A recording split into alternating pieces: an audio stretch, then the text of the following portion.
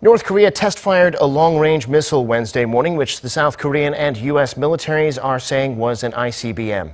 It reached an altitude of 4,500 kilometers, far higher than any of the North's previous missiles, and came down in the East Sea, in Japan's territorial waters.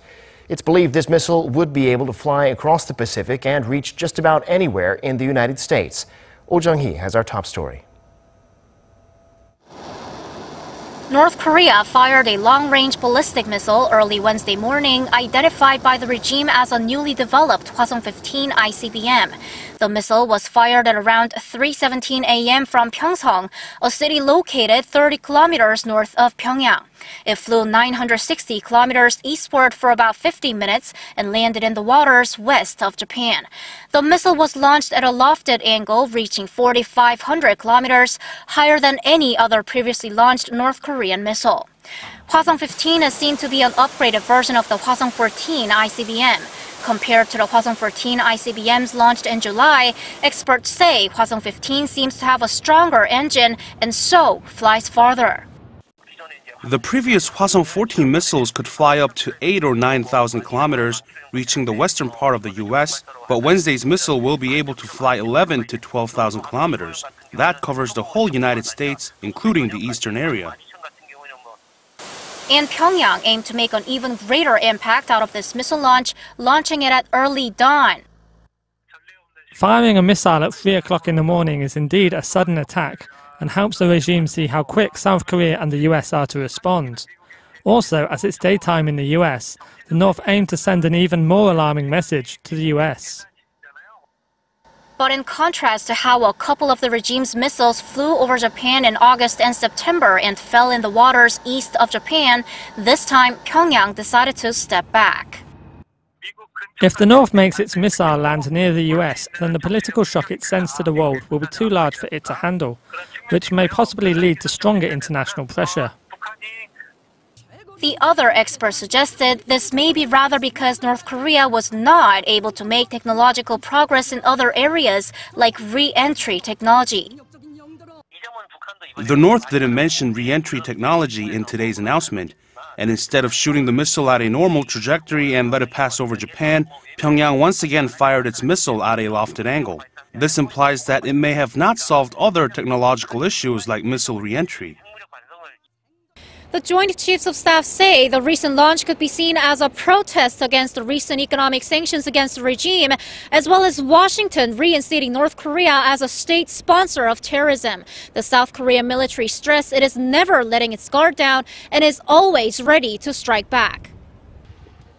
South Korean forces launched precision strike missiles near the northern limit line in the East Sea just 6 minutes after the North Korean launch was detected. The JCS says it involved the Army's missile unit, one of the Navy's Aegis destroyers, and one of the Air Force's KF-16 fighter jets, each firing at a simulated target with the distance calibrated to match that of the location where North Korea test-fired its missile. The South Korean military is keeping close tabs on North Korea's military activities. Our military could destroy the origin of the provocation and nuclear facilities with precision on any given day from the ground, sea, or air. The Pentagon says it was an intercontinental ballistic missile that North Korea launched on Wednesday, its first such missile test in more than 2 months.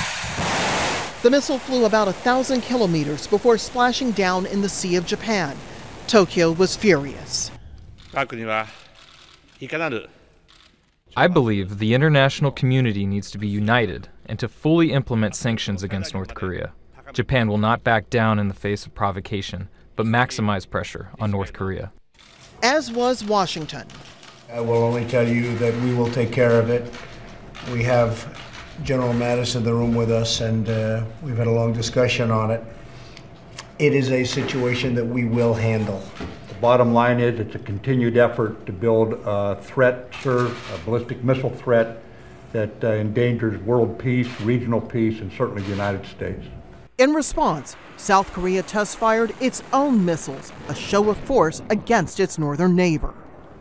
At the State Department, officials said Secretary Rex Tillerson left a meeting with the King of Jordan in order to consult with allies. And at the United Nations, a sense of alarm. if it was launched, towards the island or over the Japan. If it fell, in the economic zone, it would be, of course, an even greater, let's say, danger to ships, to airplanes. The UN Security Council recently passed 2 resolutions imposing new sanctions on Pyongyang as punishment. But analysts say this latest launch shows Pyongyang doesn't care about international opinion. And part of that is, I think, to signal to Beijing, don't push us too hard, because we're not going to back down, and we could go a little crazy, and it might not be so good for you either.